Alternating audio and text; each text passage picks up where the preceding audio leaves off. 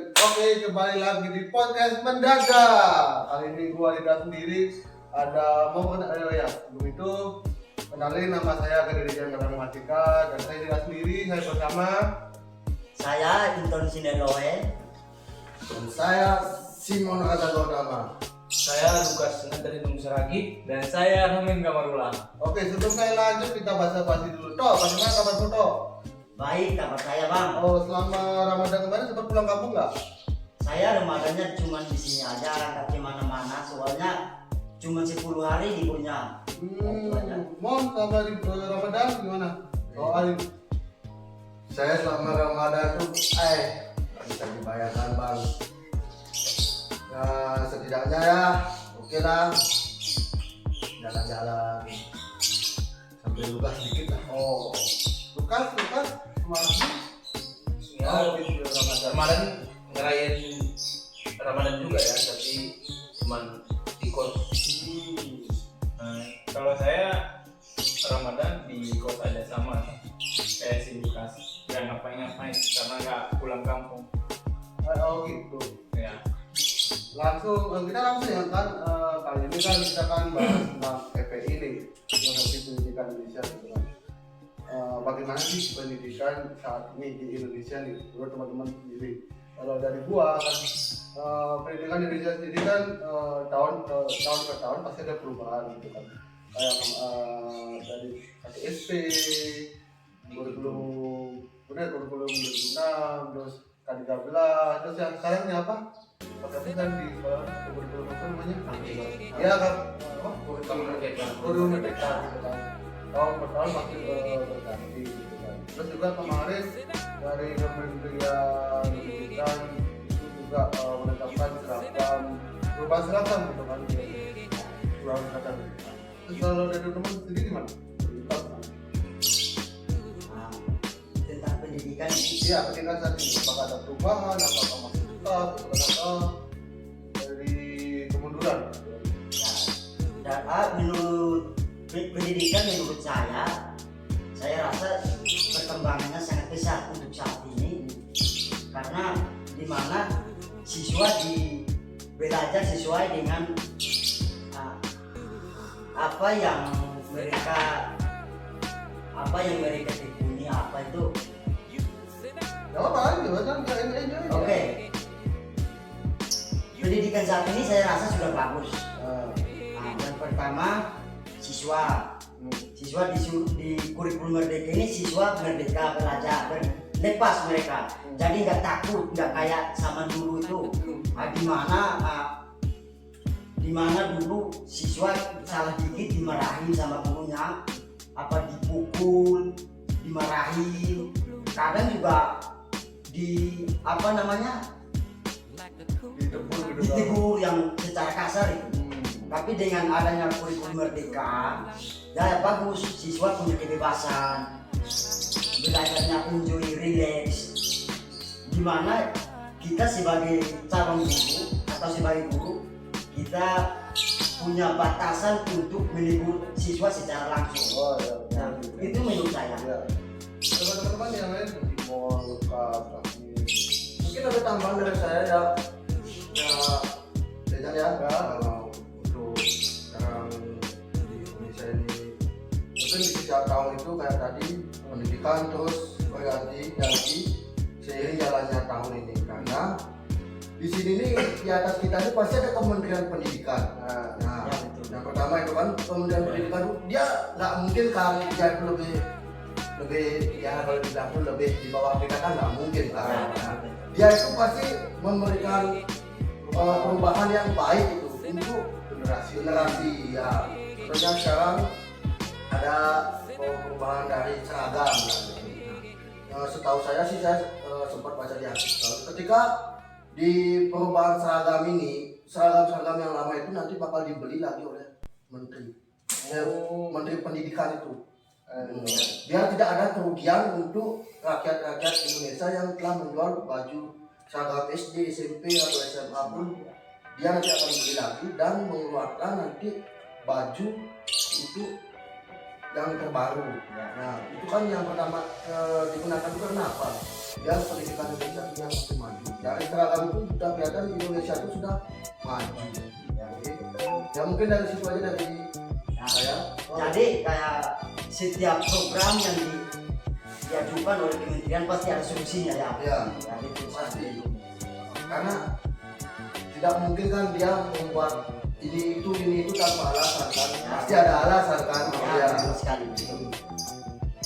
Kalau menurut saya Sambil ngobrol mungkin dulu. Bang, kalau menurut saya pendidikan sekarang ini banyak berubah ya.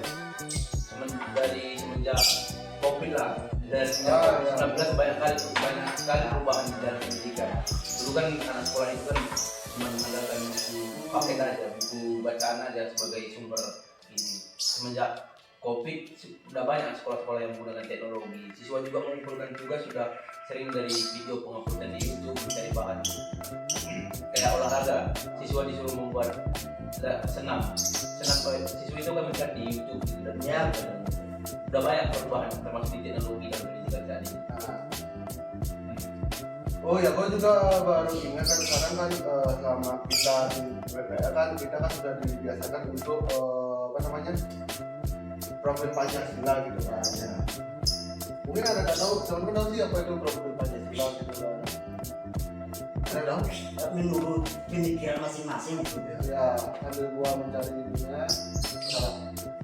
Oke. Ya, langsung aja nih ya. Nah. Bagi saya Pancasila menurut saya ialah fondasi bangsa yang dinamis dan relevan. Tapi dibalik dari itu, dibalik dari dasar Pancasila sebagai dasar negara, kita sebagai calon guru yang Generasi bangsa gitu ya, kan. menjadi mendidik generasi bangsa yang kedepannya agar lebih baik, kita harus memegang teguh apa itu Pancasila. Karena bayangkan Bang, kalau kita berjalan tidak sesuai dengan dasar-dasar Pancasila, apa yang terjadi? Karena bagi saya itu Pancasila itu fondasi. Contoh nih, kita membangun sebuah rumah tanpa fondasi. Bayangkan apa yang terjadi ketika diterpa angin, diterpa badai, ambruk gitu Bang. Itu menurut saya. Itulah yang dipakai bangsa Indonesia. Makanya bagi saya Pancasila itu sangat penting. Dan pesan dari saya nih, kita sebagai penerus bangsa ini, kita harus menjunjung tinggi nilai-nilai Pancasila dan kita harus melestarikannya. Itu menurut saya. Di gua sih selama gua PPL di suatu sekolah, gua akan nyebut sekolahnya gimana gitu kan. Karena gua baru menyadari bahwa setiap hari pukul jam 7 itu siswa itu yang misalnya ada olahraga gitu kan, itu bakal kumpul untuk melakukan apel upacara gitu. Itu yang gua rasain selama gua di sekolah itu, sama gua SMP, SMA itu jujur tidak ada hal seperti itu. Mungkin seperti inilah profil Pancasila itu kan pakai idealisme gitu kan, lebih mengenal bahwa pahlawan yang dulu membela negara Indonesia gitu kan. Itu yang saya rasakan dari selama gua ikut menjalankan PPL di suatu sekolahan. Baik, dari saya ini mungkin menyampaikan sedikit ya. Mungkin tadi udah banyak disampaikan oleh Bang Indo, Bang Lejan juga. Sebenarnya profil Pancasila ini semuanya yang abang-abang tadi bicarakan itu semua benar. Ya mungkin dari profil Pancasila ini apa sih yang mendasari sekali profil Pancasila ini? Ada yang tahu? Jadi menurut saya kalau yang mendasar dari profil Pancasila itu berperilaku sesuai nilai-nilai Pancasila. Nah, itu benar. Kalau itu menurut Abang Lukas, tapi kalau menurut saya nih ya, kita kan punya pemikiran masing-masing kan, bukan tentang apa namanya profil Pancasila yang ada di internet kan, kan, benar kan? Tapi kan menurut saya itu kalau profil Pancasila itu adalah di mana itu adalah sebuah profil dari negara Pancasila, negara Indonesia, Sebuah simbol. ya sebuah simbol. apa aja sih yang ada di simbol Open Pancasila. Pancasila itu ada 5, benar kan? Benar. Semua itu sudah ada di sana dan sudah diterapkan di dalam sekolah, ya kan? Ya tapi kalau itu dalam untuk keseharian saya masing-masing di sekolah, di masa itu semua udah ada.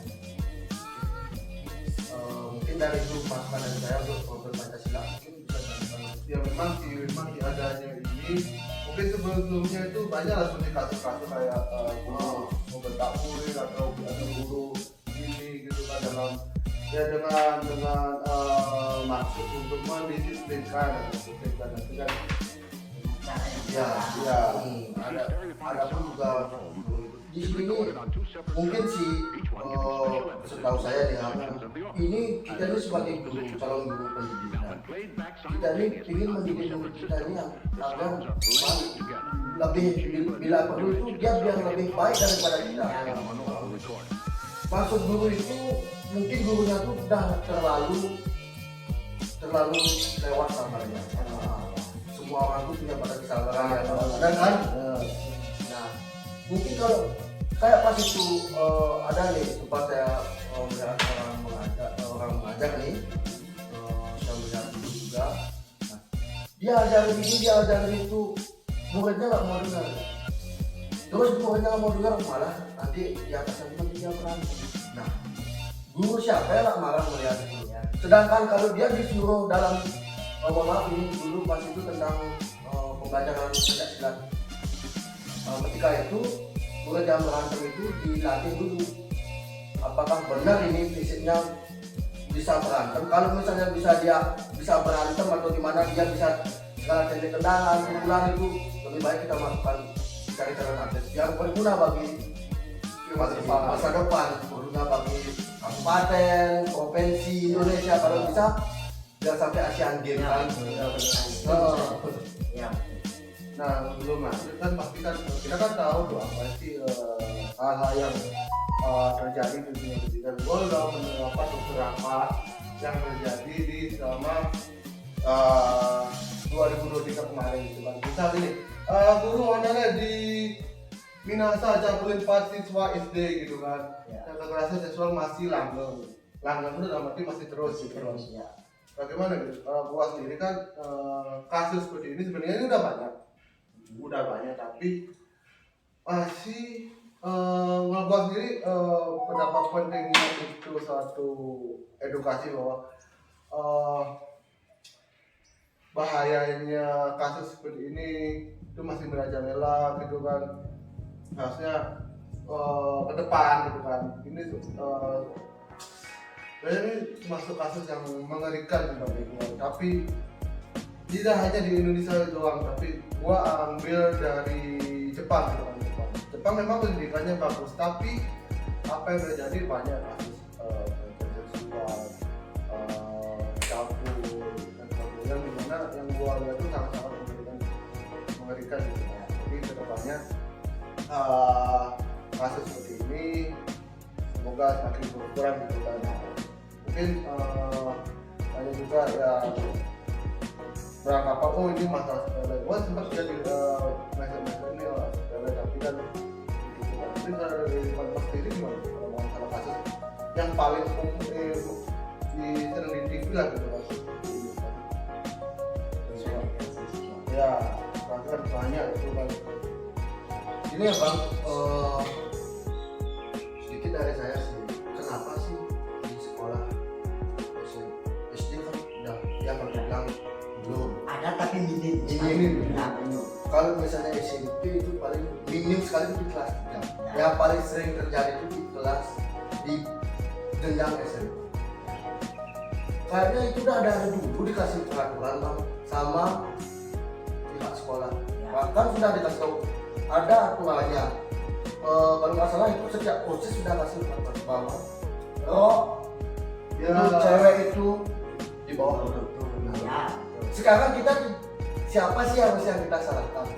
Sedangkan saya lihat ini ketika udah dikasih peraturan itu masih saja ada cewek-cewek yang nakal gitu lah. yang ya bukan nakal, tidak mendengarkan guru. Bila kaya Ah, Ya, ada yang Dia pakai mah- make up juga. Iya, pakai makeup itu. Sekarang ini tahun 2024 bang, aku pernah lihat cewek SMP mukanya udah kayak tamat kuliah bang. itu make upnya udah berlebihan. Nah, betul fakta. Nah, atau mungkin sekarang kan udah masuk generasi Z kan. Ya. Generasi yang agak modern lah. Ya. Yang pasti postur tubuhnya bagus. Mulai perubahan, mulai ya. perubahan.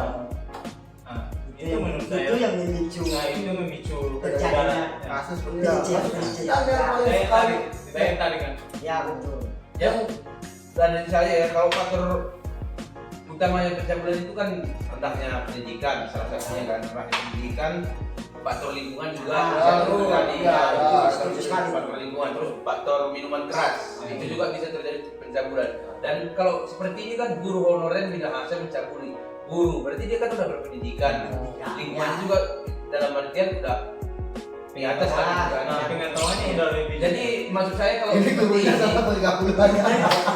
jadi menurut saya kalau faktor yang seperti ini itu masuk ke dalam faktor kejiwaan. Ya. Kejiwaan, Ya. psikolog gurunya nggak bagus gitu. Kalau sampai guru yang mencabuli siswa gitu. Oke, next ke berita kedua. Mata siswi di Gresik ditusuk hingga buta. Perlindungan Indonesia sudah darurat gitu kan. Jadi yang gua dapat setelah gua baca dari artikel ini, karena korban ini adalah salah satu korban bullying karena salah satu kakak tingkatnya, karena dia itu sedikit berbeda atau juga kayak lu jelek, lu gini-gini kan, tahu kan macam-macam bullying kan. Jadi mungkin pelaku melampiaskan seperti itu karena iseng, tapi nggak tahu dampak ke depannya itu seperti gimana gitu kan. Oh pasti Ya, kalau menurut saya nih, ini salah satu bentuk siswa yang sering sekali memandang fisik teman saat dia mau bergaul di lingkungan sekolah. nah, Ya. Jadi kita sebagai guru, kita harus banyak sosialisasikan kepada guru, kepada murid, kepada murid. Apa itu kekerasan secara fisik, bullying, saling mengolok-olok, itu kita harus sosialisasikan kepada siswa kita agar mereka punya mindset, cara berpikir yang lebih luas lagi, wawasannya luas. Saya setuju juga dengan saudara itu ya. Jadi faktor terjadinya bullying menurut saya itu perilaku agresif, perilaku agresif. Terus yang kedua itu kurangnya rasa empati sesama. Jadi menurut saya untuk menghindari hal-hal yang seperti ini terjadi, kita di sekolah itu perlu melakukan sosialisasi untuk pembulian atau perlindungan gitu. Jadi untuk tidak terjadi hal-hal seperti ini. ya sebenarnya iya benar sih. Gua dulu waktu S1, gua dulu sempat ngajukan judul skripsi itu tentang ini. Tapi referensinya itu bukan dari tadi gua ada referensi dari suatu manga. Manga itu komik dari Jepang, itu manga dewasa lah jatuhnya kan. Nah di manga Jepang ini namanya Metaphorosis. Nah itu menceritakan seorang gadis SMP yang baru lulus SMP memasuki hingga SMA. Nah pada saat masuk SMA ini dia mengalami yang namanya jauh dari kata indah di sekolah. Dia mengalami pembulian, pelecehan seksual, penjualan perdagangan manusia, narkoba, dan akhirnya si korban di satu komik ini meninggal karena depresi. Gua terinspirasi dari itu dan gua jadi konstruksi, tapi sayangnya ditolak satu kami di kampus gitu, karena kami selalu berat gitu kan, terlalu berat.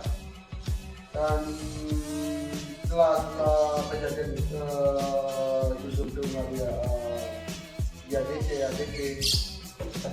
seminggu kemudian banyak cerita tadi. Wah, pas apalagi kan, apalagi yang di mulut berarti sekarang kan, pegawainya kan nggak main-main gitu kan. Masih di bawah umur juga udah fisiknya udah Luar biasa. Ya, jadi kalau kasus perundangan ini juga nggak bisa diselesaikan cuma di sekolah aja gitu menurut saya. Betul. Harus dari keluarga juga. Kalau Iya. keluarga di keluarga dia juga sering melakukan kekerasan, otomatis anak juga akan mengikuti. Ya. Jadi anak itu tidak tahu apa yang dilakukan itu berdampak seperti apa jadi. Iya, dan jadi trauma gitu yang dia alami kan nggak segampang sekali nggak secepat itu sebetulnya kan. Nah, jadi tambah sedikit. Dan mungkin pendidikan yang untuk anak itu kita harus berawal dari dalam keluarga. Dari dalam Ya, keluarga baru ya. di luar. Ya. Dan kalau dari dalam keluarga sudah Bagus. bagus ya, dia akan terapkan juga di Masyarakat kan.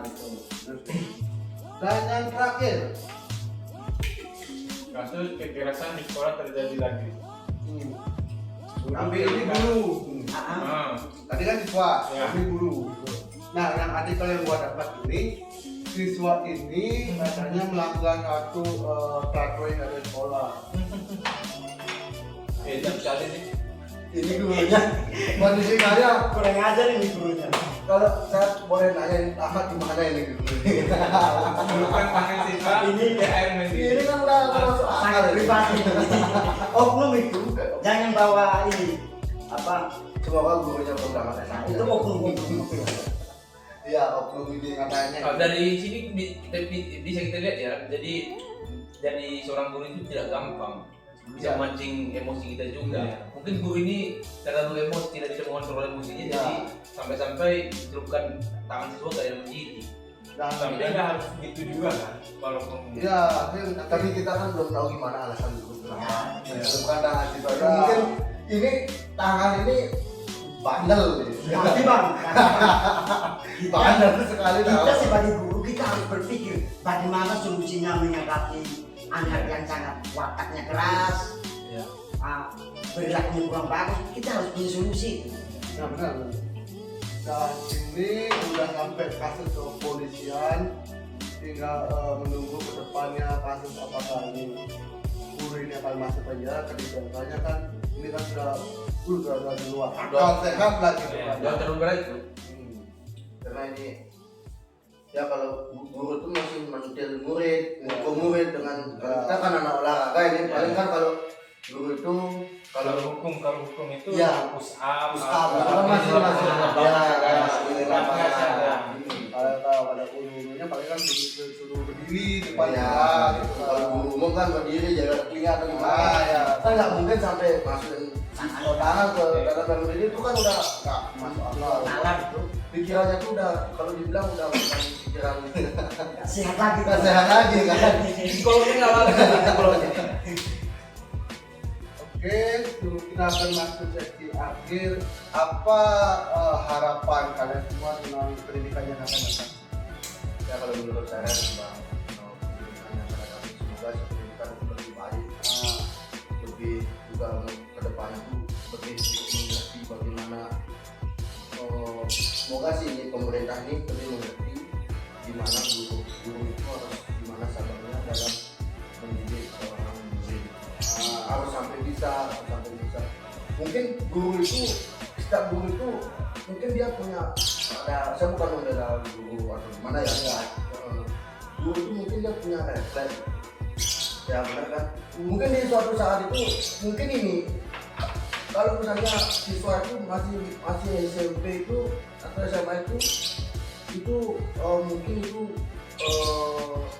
proses mengajarnya itu makin meninggi, dia makin mencari dirinya jati dirinya dia. Nah, mungkin di satu salah set ini itu murid cowok ini melihat mungkin terlalu melihat temennya cewek itu dia melakukan asusila, mungkin dia tuh megang atau apa gimana dia. Nah guru itu tanpa sadar itu dia refleks itu bisa gini, dia nyolek cuma tangannya bisa langsung gitu. Tapi itu hanya untuk memberikan murid itu agar tidak melakukan kesalahan. Tapi di mata orang tua atau di mata orang lain itu guru itu pasti kasusnya itu kekerasan pada murid. Nah, itu yang harus kita pikirkan dan semoga nanti suatu saat itu terpecahkan. Ya, mungkin itu dari saya, mungkin teman-teman. Ya dari saya pendidikan kedepannya saya rasa untuk sekarang dulu, untuk sekarang saya rasa sudah bagus. Bagaimana caranya ke depan kita harus tingkatkan lagi agar ke depan siswa untuk kurikulum merdeka ini saya rasa sudah bagus. Siswa sangat antusias dalam belajar, mereka sangat rileks, sangat happy. Apapun perasaan mereka tuangkan. Jadi enjoy mereka. Saya rasa itu sudah bagus. Jadi bagaimana caranya kita sebagai generasi penerus tingkatkan lagi itu menurut saya. Udah bagus. Kalau saya sih apa yang disampaikan oleh Simon. sama si Ito ini udah bagus. Tapi ada tambahan dari saya, kalau pendidikan untuk kedepannya kita kan maksudnya Kementerian Pendidikan sudah mengatur semuanya. Pasti kedepannya akan lebih baik. Ya. Pasti kayak gitu kan. Jadi diambil lebih dalam, maksudnya diterapkan lebih jauh lagi. karena mungkin Pendidikan sekarang. mungkin pendidikan sekarang kan zaman sekarang kan mungkin nggak terlalu apa namanya, Tertekan. bukan tertekan ini seperti pendidikan di luar negeri kan udah berkembang. Di Indonesia nih maksudnya pengalamannya belum apa namanya ini, nggak seperti di luar negeri kan. Pendidikannya udah maju. jadinya harapan Menteri Pendidikan di Indonesia ini seperti di luar negeri. Nah itu menurut saya sih. Jadi kalau dari saya, harapan ibu saya dalam pendidikan ini itu siswa menjadi lebih bisa kreatif, memiliki kebebasan juga. Dan itu sudah diterapkan sekarang oleh Menteri Pendidikan sekarang. Dimana dulu kan di sekolah itu pemakaian baju adat itu nggak ada di seluruh Indonesia. Dulu cuma kita pakaian batik. Batik juga termasuk adat, tapi kan bukan adat dari tempat siswa juga. Dan seperti yang sekarang kan dari Makarim membentuk pakaian baru di dalamnya tercantum pakaian adat. Jadi kayak saya kan orang Batak nih. Saya belum pernah merasakan sekolah pakai baju bulus gitu. Jadi itu termasuk hal yang bagus juga, memiliki kebebasan. Perkembangan sangat besar. Iya. Oke, sekian dari podcast kami. Tunggu episode selanjutnya. See you.